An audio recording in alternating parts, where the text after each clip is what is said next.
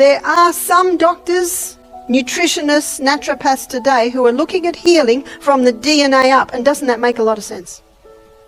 But what I want to do now is I want to have a look at why there's damage in the cell, why there is damage in the DNA. So we'll do a big question mark here. We will be addressing mineral deficiency, we will be addressing amino acid deficiency. But why is there damage in the DNA? Because if you don't know why, you can never turn it around. 92% of DNA damage, research is showing today, is caused by a mineral deficiency. A mineral deficiency? Surely we are eating better now than we ate 100 years ago. Well, in many areas, yes. But the problem is the soils are deficient. Why are the soils deficient? The soils are deficient because of the way agriculture is done today. You see, traditionally, land was always fed.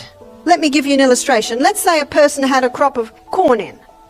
The corn would be harvested, and what the farmer often would do, he'd just pick the corn, and then he'd get his tractor and he would plough up the corn back into the soil.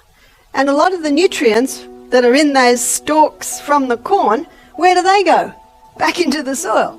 Very important to feed the soil. I know as a gardener, traditionally you always do a root crop, take it harvested, and then you would add compost. That's the best. All the nicely broken down. And then the next crop will be a top crop. So you alternate your top and you alternate your root crops because they take different nutrients out of the soil. And in the Bible, there's a formula too. They rested the land every 7 years. So every 7 years the land had a rest. And when it was time to plough up the land again, it was all ploughed up. And it was ploughed several times. So the weeds that were growing there, that's called a green manure crop. Those nutrients went back in. But today, many times the same crop is grown again and again and again.